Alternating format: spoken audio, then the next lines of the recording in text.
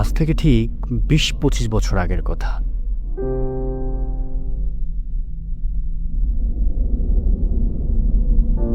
তখন আমি মাত্র কলেজে উঠেছি। ওই সময় আমাদের পরিবার একটা নতুন বাসায় শিফট করলো। যতদূর মনে পড়ে ৪ তলার একটা ফ্ল্যাট ছিল ওটা। বাসাটার ভাড়া অবাস্তব রকমের কম ছিল, কিন্তু তখন তত কিছু মাথায় খেলেনি।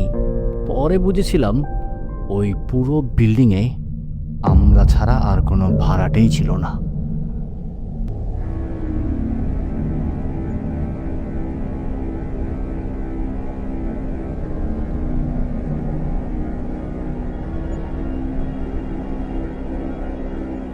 এরপর তো আমি ফিল্ম মেকার হওয়ার স্বপ্ন নিয়ে ঢাকায় চলে এলাম।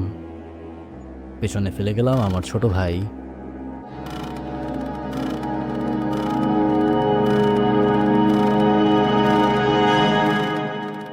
রায়হানকে।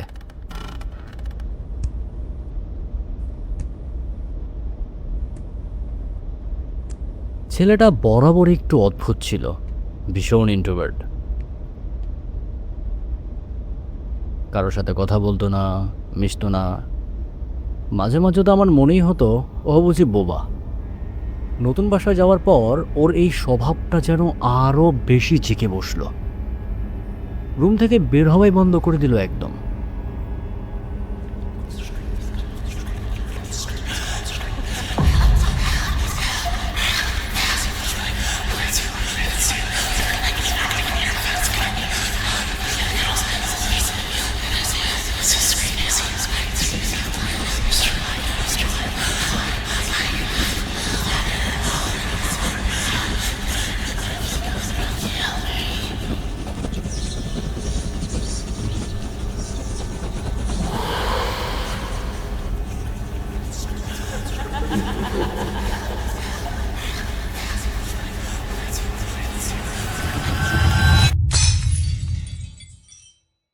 এখন বলি আসল ঘটনাটা।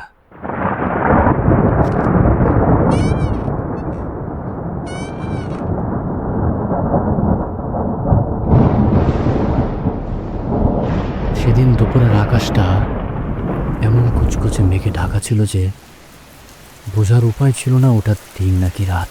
বাইরে তখন কান ফাটানো বজ্রপাত আর ঝড়।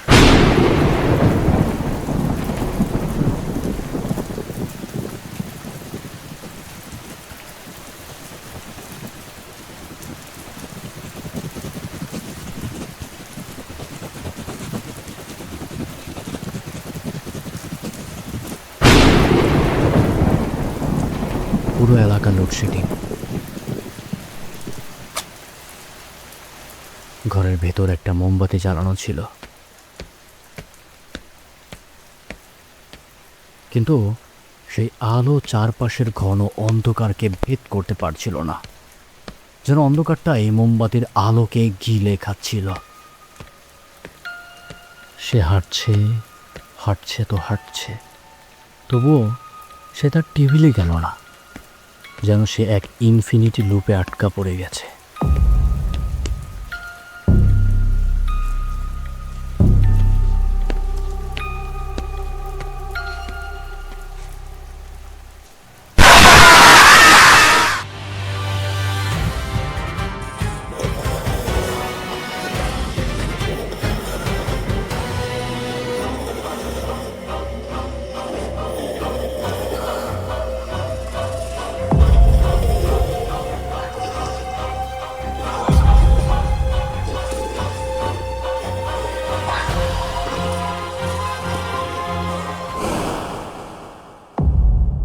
এরপর এরপর থেকে আমার ভাইকে আর কোথাও পাওয়া যায়নি।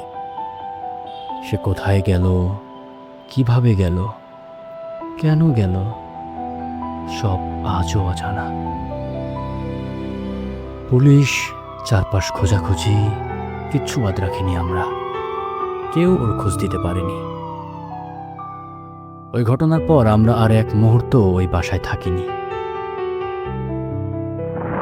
আজও ঝড় বৃষ্টির রাতে চোখ বন্ধ করলে আমি রায়হানের ওই হাঁটার শব্দটা শুনতে পাই।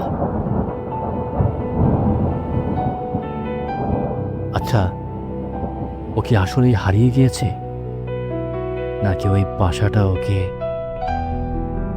রেখে দিয়েছে?